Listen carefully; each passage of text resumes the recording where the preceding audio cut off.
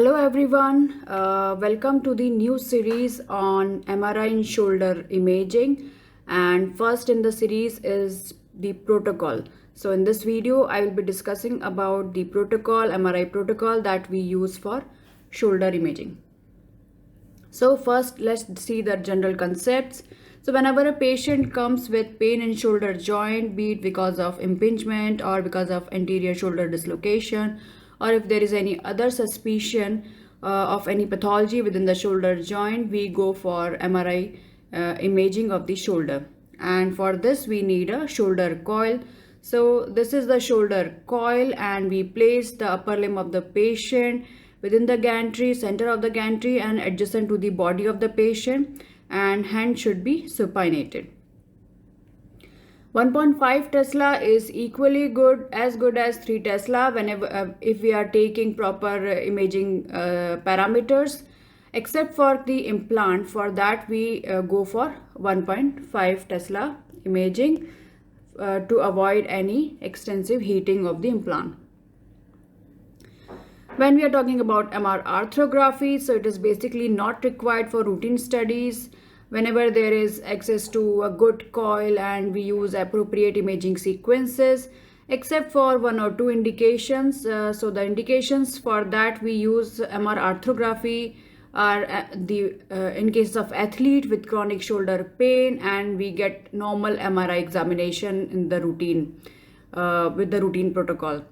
And in cases of post-operative evaluation of repaired labral capsular structures, for evaluation of recurrent rotator cuff tear, a partial tear, and displaced hardwares. So these are certain indications. For that we go for MR arthrography. Otherwise routine examination is equally good. Talking about the contrast, so we use contrast when we are suspecting any mass lesion, or we are evaluating synovitis because of any inflammation or infection.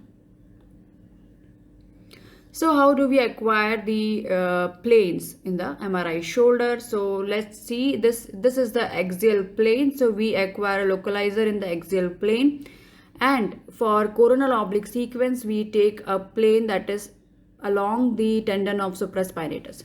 So we don't take the regular coronal plane like this, but we take the coronal plane like this, and we get a coronal oblique sequence. Similarly, for sagittal oblique sequence, we take a plane perpendicular to this, and then we get a sagittal oblique sequence.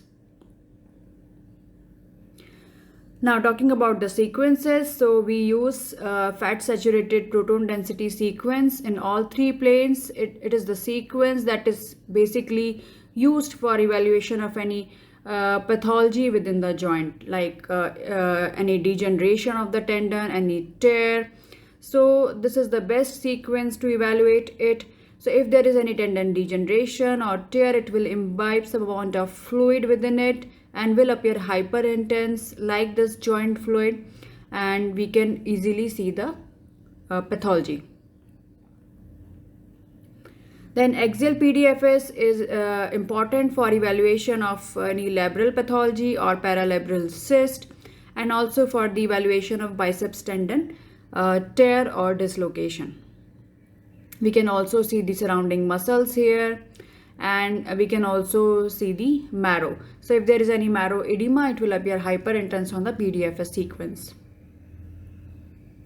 Then sagittal PDFS sequence, on this sequence we can see the muscles in a better way, and we can evaluate any muscle edema. We can see the acromioclavicular joint, the glenoid, and the labrum. So if there is any labral tear, it will be better seen on this sequence in conjunction with the other sequences. And for evaluation of the axillary nerve, we can see the nerve along with the neurovascular bundle. It is going inferior to the joint within the axilla. T2 coronal oblique sequence is basically taken to distinguish between the tendinosis and tear, because we get some amount of magic angle artifact on PDFS sequence, so we cannot say with surety whether it is tendinosis or magic angle artifact. Whereas when we use the coronal T2 weighted sequence fast spin echo, we see a uniformly hypointense tendon, and if there is a slightest amount of hyperintensity within the tendon, then we can say that there is tendon degeneration. And if there is any fluid signal intensity in this area within the tendon, then we can say with surety that it is tendon tear. So this sequence is basically used to avoid any magic angle artifact.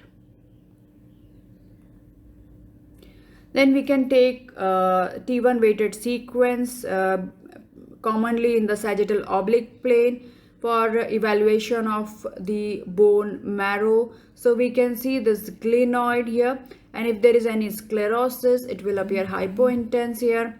And muscle fatty atrophy, if there is any fatty atrophy within the muscles, it will appear hyperintense, just like subcutaneous fat. Axial T2 star GRE sequence is used for evaluation of any intralabral pathology, or for the subscapularis tendinosis and calcific tendinosis within the tendons. So if there is any calcification, it will bloom, it will appear more hypointense on the GRE sequence. Then we talk about MR arthrography. As I have already said, there are only 1 or 2 indications where we do MR arthrography. So we take diluted gadolinium 0.4 to 0.5 cc in 100 cc of saline, and approximately 12 to 16 cc is injected into the joint. We can use either ultrasound or fluoroscopic guidance, and we use Aber technique generally to see the anteroinferior labrum and anterior band of inferior glenohumeral ligament. So how this Aber technique is done? We ask the patient to abduct and externally rotate the shoulder, and this technique is not generally used without MR arthrography. So if we are doing MR arthrography, we can employ this protocol in cases of when we are suspecting any pathology within the anteroinferior labrum, Bankart lesion, Elbster lesion, Perthes lesion. So what happens with Aber technique is that it produces a stress on the labral ligamentous structures, and if there is any detachment, it will appear more prominent on the sequence. So this was all about the protocol that we use for the adequate and basically good MR examination of the shoulder joint.